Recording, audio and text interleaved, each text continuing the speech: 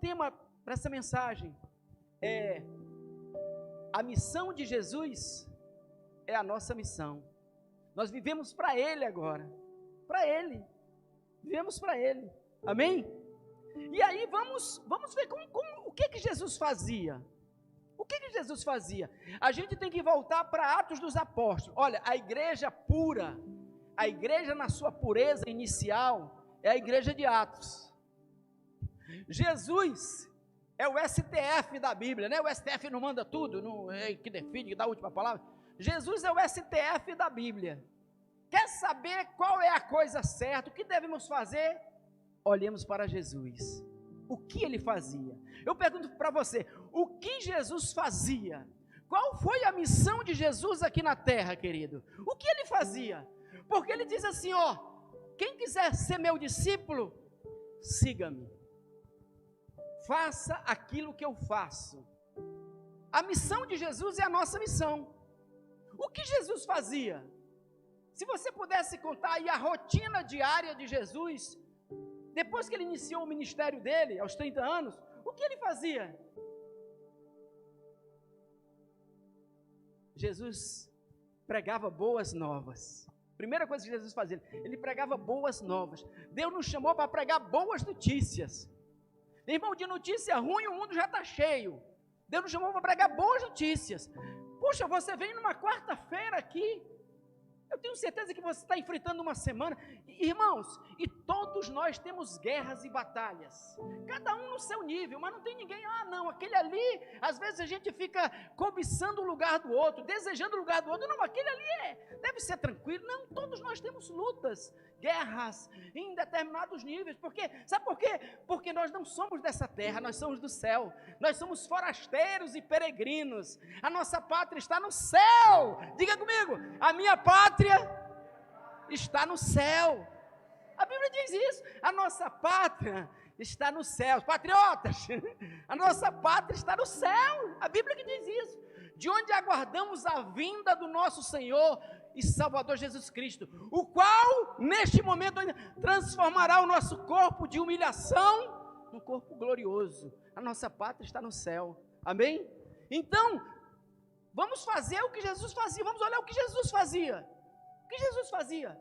Ele pregava boas notícias, ele pregava o fim da penalidade, ele disse, olha, porque Deus amou o mundo, ele disse, olha, Deus ama vocês, a pregação de Jesus era, Deus ama vocês, Deus amou o mundo de tal maneira, o amor de Deus é inexplicável, que não dava para ele definir quantidade, de tal maneira, que deu, quem ama dá, que deu o seu Filho unigênito, para que todo aquele que nele crê, não pereça.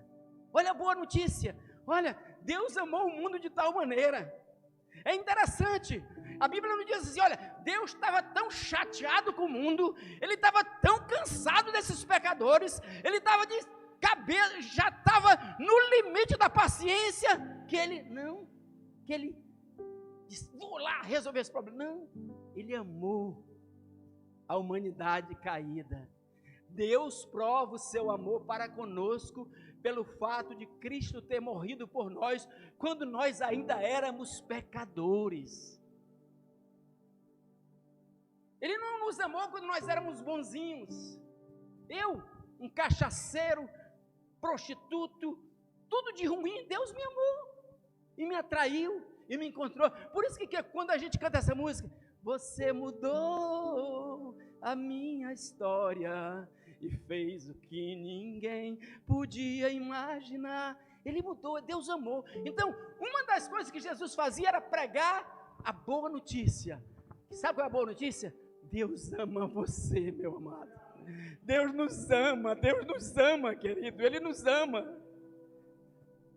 E muitas vezes nós não entendemos esse amor. E o Paulo, o Agro estava ministrando, o pastor Agro estava ministrando, o Paulo fez é uma oração que você deve sempre fazer. Senhor, me revela o teu amor, Senhor. Porque, queridos, muitas coisas a gente sabe só de ler. A gente lê, às vezes a gente lê, a gente canta, a gente fala um monte de coisa, mas a gente não crê. E a gente tem que pedir para Deus: Senhor, revela essa verdade no meu espírito.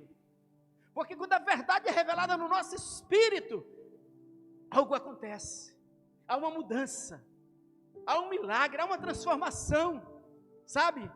Eu tive um filho que esteve à beira da morte, e quando ele estava lá no hospital, Deus me deu uma palavra, e essa palavra revelou no meu espírito a cura, e aí eu fiquei tranquilo, eu descansei, porque a palavra foi revelada no meu espírito.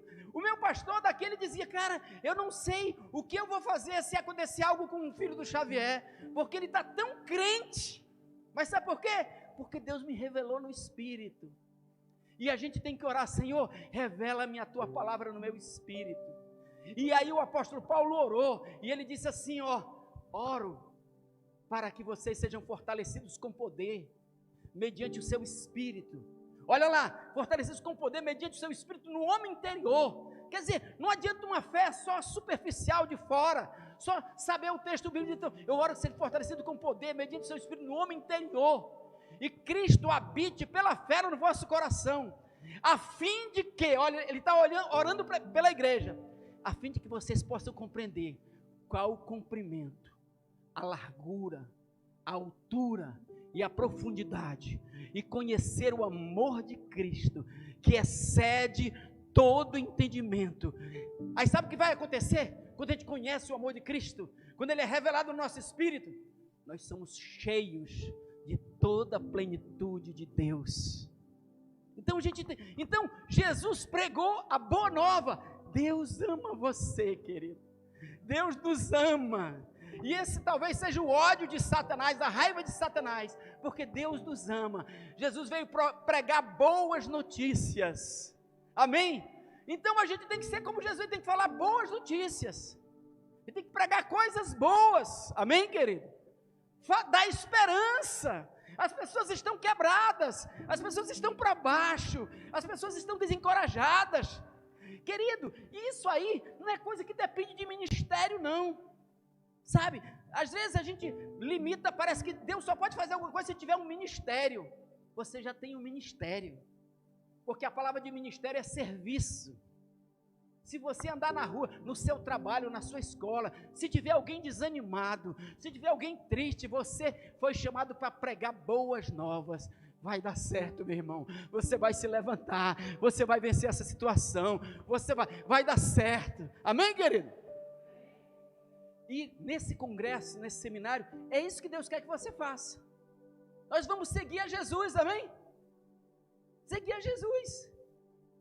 Então a primeira coisa de Jesus era boas novas. Outra coisa que eu vou puxar aqui rapidinho: Jesus, ele não se importava com as ofensas. Porque se a gente se importar com as ofensas, a gente não vai fazer nada. Imagina Jesus, quanto bem ele fez, quanta coisa boa ele fez, quantas pessoas ele curou, quantas pessoas que ele ajudou, quantas pessoas que ele abençoou, e quantas vezes ele foi tratado mal? Inúmeras vezes, não é verdade? Inúmeras vezes. Jesus foi tratado mal inúmeras vezes. A Bíblia diz que na noite que ele foi traído, ele ficou mordido, deu um chute na porta e foi embora, é isso?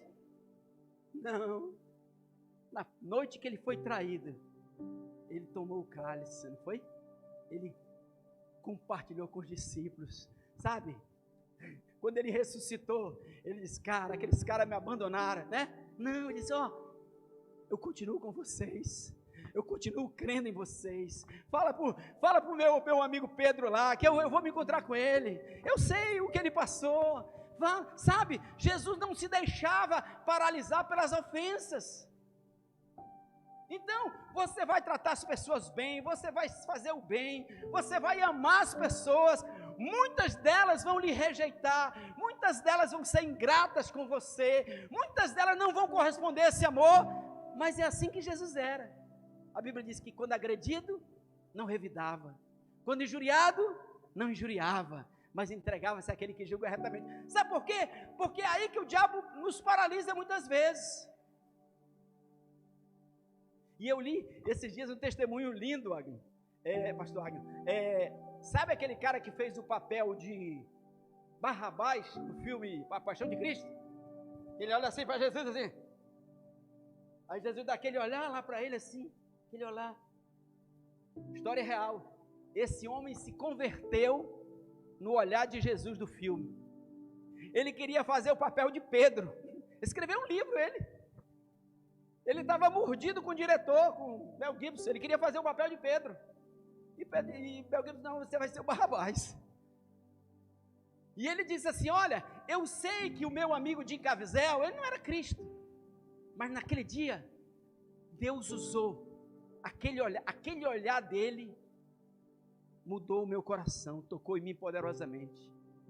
Ele disse, eu estava no set de filmagens com raiva, eu estava insatisfeito, porque eu não queria ser Barrabás, eu queria ser Pedro, ele queria ser Pedro. Mas pode ler na internet, ele escreveu um livro sobre isso. E ele fala que aquele olhar quebrou ele, aquele olhar de Jesus. Você lembra bem do filme, né? Jesus está com o olho ferido ali, e olha assim, aquele olhar de misericórdia, de assim, não importa o que tu fez, o que tu é, eu te amo do mesmo jeito. Então é isso, querido. Não se importe com as ofensas. A ofensa é a estratégia de Satanás para nos paralisar. Faça o bem. Amém? É o modelo de Jesus. A gente vê outra coisa. O que Jesus fazia? Curava enfermos. Não era? Curava enfermos. Isso é para nós, querido. Nós vamos curar enfermos, está lá. Esses sinais seguirão os que crerem. E para você curar, você tem que agir, tem que começar a impor as mãos. Nós vamos ter o nosso congresso aqui, todo mundo vai impor as mãos. Se tiver pessoas enfermas aqui, a gente vai impor as mãos. Você vai impor as mãos. Jesus curava os enfermos. A religião, o cristianismo criado por Jesus não era só uma religião filosófica, de palavras, não, o apóstolo Paulo disse, olha, quando eu preguei para vocês, eu não preguei somente com palavras humanas, sabedoria humana, mas em espírito e poder. Jesus curava os enfermos, amém, querido? Jesus expulsava demônios, está lá, expulsava demônios. E quando ele chamou os discípulos, lembra?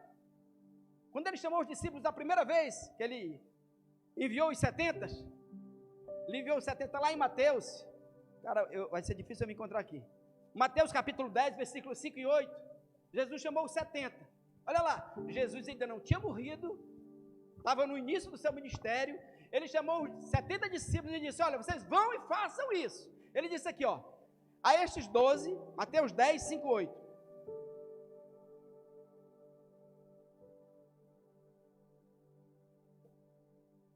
a esses 12 enviou Jesus, dando-lhes as seguintes instruções, não tomeis rumo aos gentios, nem entreis em cidades samaritanas, mas de preferência procurai as ovelhas perdidas da casa de Israel, e à medida que seguirdes, pregai que está próximo o reino dos céus.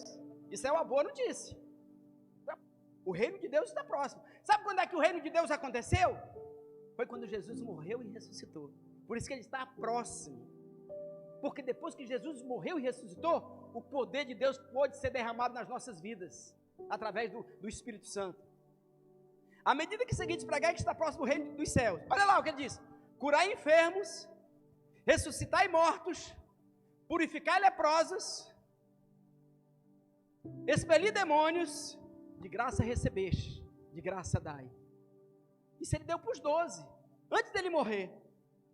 Em Lucas capítulo 10, 19, ele reforça a autoridade que ele nos deu. Eu vos dei a autoridade para pisar de serpentes e escorpiões e todo o poder do inimigo, e absolutamente nada vos causará dano. Chega de crente com medo de demônio. Ele nos deu autoridade, amém, irmãos? Ele nos deu autoridade para pisar serpentes e escorpiões e todo o poder do inimigo, e nada nos causará dano, amém? Você vai expulsar demônios, porque você é crente, amém? Curar enfermos, expulsar demônios, autoridades no mundo espiritual. Irmãos, como a gente tem autoridade no mundo espiritual? Eu me lembro de uma época que nós prendemos um demônio lá na casa do meu cunhado, e nós trouxemos ele amarrado para cá. Ele veio assim, Ele entrou. O que eu faço? É desgraçado. Sobe aqui, chegamos na igreja, levamos ele lá para cima. Sobe aí. A gente tem autoridade, querido, no reino do Espírito. Amém? Nós temos autoridade. Agora olha lá.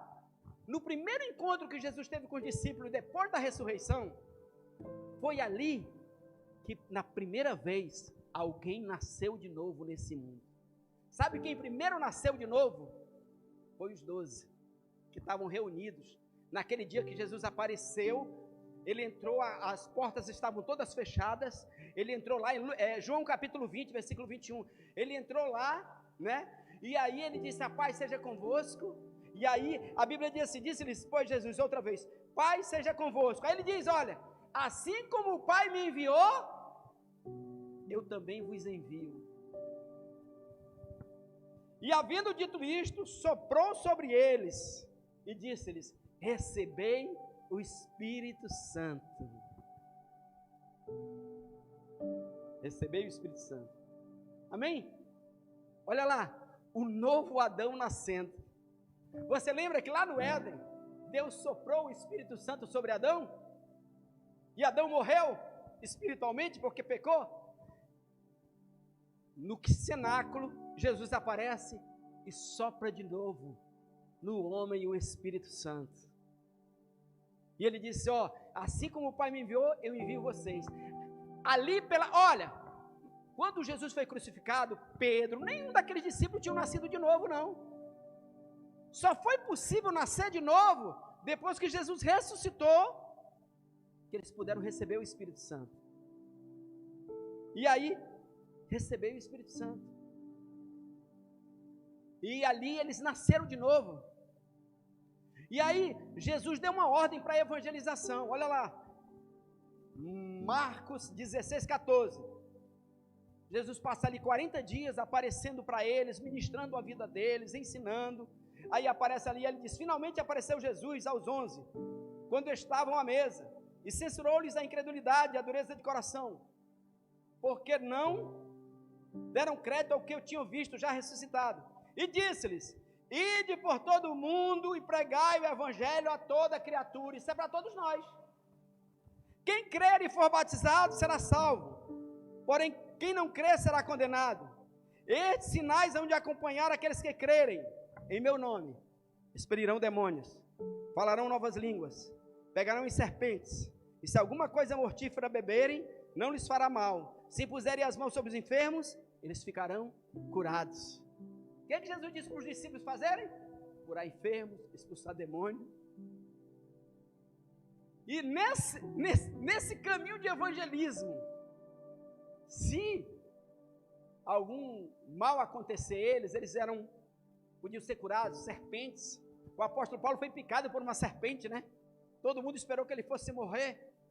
E eu estou comentando isso porque eu acabei de ver um vídeo na internet que um pastor pegou uma serpente e ficou brincando com a serpente e pregando com a serpente e pregando, e porque olha aí, porque Deus me deu, aí a serpente mordeu a orelha dele, saiu desmaiado de lá. Que doideira, né, meu amigo? Ninguém vai tentar Deus, a gente vai fazer, se a coisa acontecer, aí é Deus. Agora eu vou pegar. A serpente mordeu ele, porque ele viu esse texto aqui. Mas o que eu quero dizer, querido, essa foi uma ordem para todos nós. Antes de Jesus ascender aos céus, mas antes de ascender ao céu, ele deixou um recado para eles: olha, fiquem em Jerusalém, até que do alto sejais revestido de poder, porque recebereis o Espírito Santo não pouco depois desses dias, e vocês serão minhas testemunhas em Jerusalém, Judeia, Samaria e até os confins da terra. Deu a promessa do Espírito Santo, que vinha ungí-los com poder para testemunhar. Amém, querido? E aí passaram-se mais ou menos 40 dias. O que eles estavam fazendo? Buscando a Deus. 40 dias no cenáculo, orando, jejuando, clamando, buscando que a promessa do Espírito Santo viesse sobre eles. E ela veio no dia de Pentecostes. Atos capítulo 2, eles estavam todos ali reunidos, há 40 dias orando, buscando a Deus, consagrados ali, e o poder do Espírito Santo veio sobre eles, e eles começaram a falar em novas línguas. E Pedro nunca tinha pregado um sermão, e pregou o primeiro sermão da vida dele. E aí, o Espírito de Deus, os anjos, atraíram uma multidão para aquele lugar. É incrível, querido. Como é que aquele pessoal foi parar todo mundo ali? Mais de 3.000 pessoas. Vieram de todos os recantos da cidade. Sem internet, sem propaganda, sem carro de som, sem nada. Ouviram um barulho e todo mundo foi atrás do barulho. E ali Pedro pregou uma pregação, fez uma pregação simples, e 3.000 pessoas aceitaram Jesus. E eles estavam assim: irmãos, o que faremos depois que Pedro acabou de pregar? Sabe por quê? Porque é o Espírito Santo que convence o homem do pecado, da justiça e do juízo. E todos eles foram cheios do Espírito Santo. E aí começou uma história da igreja de Atos. E aí Pedro foi lá na Porta Formosa, um coxo andou. Aí Filipe foi para Samaria e o poder de Deus começou a se manifestar. E foi assim que nasceu a igreja. Debaixo desse poder, debaixo dessa unção. 40 dias eles ficaram ali buscando a glória de Deus, a presença de Deus, e o poder de Deus se manifestou sobre eles. E a igreja de Atos, aí a Bíblia diz que milhares de pessoas vinham. Você lembra do ministério de Jesus? Como era o ministério de Jesus? Milhares de pessoas vinham para ser curadas. Aí lembra do ministério de Pedro? Do mesmo jeito, as pessoas queriam que a sombra de Pedro passasse sobre eles. O lenço de Paulo, o avental de Paulo, tudo manifestava o poder de Deus ali. Foi assim que nasceu a igreja, debaixo de poder, debaixo de unção. E aí eu pergunto, como é que essa unção e esse poder vem para nós? Isso não aconteceu só lá em Atos. Depois de Atos, vários avivamentos aconteceram na terra. Vários avivamentos, manifestação do poder de Deus. E sempre foi dessa maneira. Onde há um avivamento, há cura, há pessoas libertas, há pessoas transformadas. E o apóstolo Pedro pregando lá, acho que foi para o Cornélio que ele estava pregando, ele fala: olha, Deus ungiu a Jesus de Nazaré com o Espírito Santo e com poder, e ele andou por toda parte fazendo o bem e curando todos os oprimidos do diabo, porque Deus era com ele. Esse é o seu ministério, esse é o nosso ministério, andar por todo, primeiro, ser ungido e andar por toda parte fazendo o bem e curando todos os oprimidos do diabo. Era isso que Jesus fazia, curando todos os oprimidos do diabo, porque Deus era com ele. Esse é o nosso ministério. E aí você pergunta, e aí, pastor? E aí eu pergunto, você quer esse poder? Você quer poder fazer isso? Só tem uma coisa: busque. Nós vamos ter o nosso congresso. Quero desafiar você a buscar. Eu quero esse poder na minha vida. Olha, a salvação é de graça, mas o poder requer. Claro, Deus não tem fórmula perfeita, mas na história dos avivamentos, a gente vê que o avivamento vem, a unção vem, o poder vem, quando Deus coloca no nosso coração a sede, a fome, o desejo de buscá-lo, de receber isso. Sabe, peça para Deus colocar no seu coração. Não se contente em ser um crente comum, normal, natural. A Bíblia diz: bem-aventurados que têm fome e sede de justiça, porque serão fartos. O poder vem quando você tem fome e sede. Você sabe que fome é uma coisa poderosa, né? A fome é poderosa, sabe? A fome é poderosa. Teve um acidente nos Andes, é muito famoso isso, que as pessoas, para sobreviverem, elas comeram os corpos dos demais. Vocês já ouviram essa história? Comeram os corpos. A fome faz isso. A fome pode fazer você comer carne. A fome faz coisas tremendas. Então eu quero despertar você para ter fome de Deus, fome dessa unção, fome desse poder. O que você acha? Você chegar no lugar e orar e as pessoas serem curadas? Você chegar numa pessoa oprimida, ministrar na vida dela e ela se liberta? Jesus disse: vou para o Pai e vocês farão obras maiores do que esta. Fome e sede. Evan Roberts, um jovem de 26 anos, um dos primeiros avivalistas da era moderna. O avivamento de Evan Roberts no país de Gales durou um ano só. E esse avivamento incendiou o mundo. Quando você tem fome, tem sede, sabe o que acontece? Você é incendiado. Quantos querem ser incendiados pela glória de Deus? Quantos querem ser cheios de Deus? Sabe qual era a oração de Evan Robert?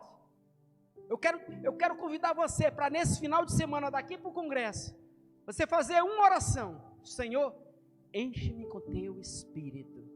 Você não precisa orar um monte de coisa não, querido. Passe a noite dizendo: enche-me com teu Espírito, eu tenho sede, eu quero, Senhor, usa a minha vida, eu quero ser usado por Ti, derrama a Tua glória sobre a minha vida, para mim ser usado por Ti, para mim ser um instrumento de libertação, de cura. Enche-me com teu Espírito, Senhor, põe essa sede, essa fome. Moisés viu Deus abrir o mar vermelho, Moisés viu Faraó, o exército de Faraó naufragar, Moisés viu as 10 pragas no Egito, Moisés já estava com quase 120 anos, vendo a glória de Deus, mas ele queria mais de Deus. Ele disse: Senhor, mostra-me a tua glória, Senhor. E Moisés entrou no monte, e a Bíblia diz que o monte fumegava.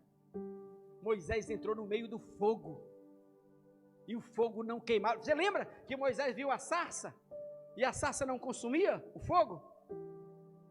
Senhor, me incendeia, que seja a sua oração, me enche. Sabe por quê? Porque o fogo de Deus não consome. O fogo de Deus direciona para onde Ele quer. O fogo de Deus motiva a sua vida, faz você fazer loucuras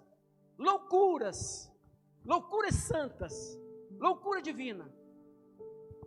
Esse poder, o pastor Agno orou aqui, você lembra? Ele disse, a oração de Efésios, vou já terminar, a oração de Efésios, sabe o que ele diz?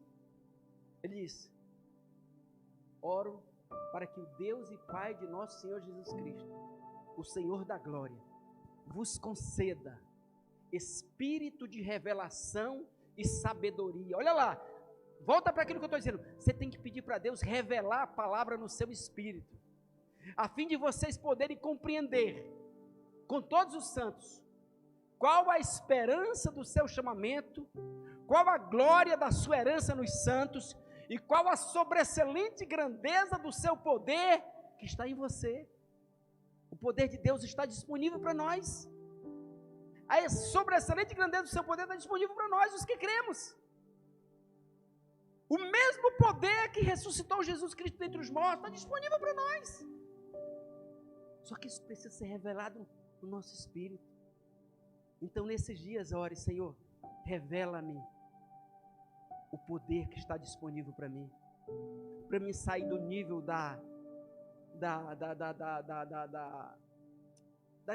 somente das ideias, dos pensamentos, no nível da especulação, e entrar no Espírito.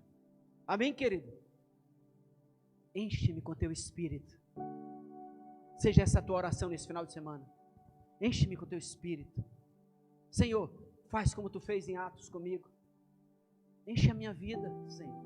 Enche-me com teu Espírito. Derrama em mim a tua unção. Me dá ousadia, intrepidez. Sabe, até para orar você tem que ter ousadia. Porque às vezes os problemas acontecem conosco, a gente corre para o médico, a gente tem que orar nem de orar. Sabe quando que os milagres começam a acontecer? Quando a gente começa a obedecer. Quando a gente, lembra do Moisés?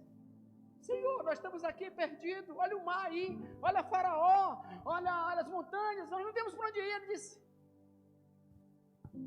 pega o cajado, toca no mar, começa a entrar no mar, entra no mar, e tu vai ver o milagre. Comece a agir, comece a fazer o que Deus disse para você fazer, e os milagres vão começar a acontecer. Sabe por quê? Ele disse, os milagres, ele disse, ide, pregai o evangelho.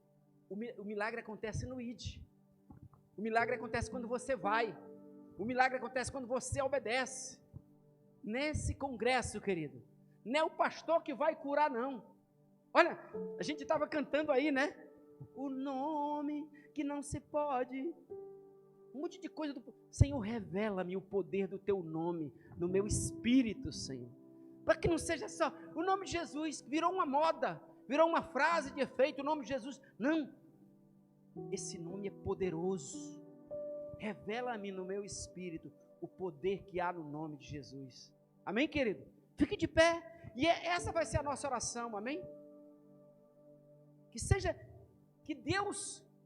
Deus jogue sobre essa igreja uma sede, uma fome, pela presença, pela glória de Deus, em nome de Jesus, amém?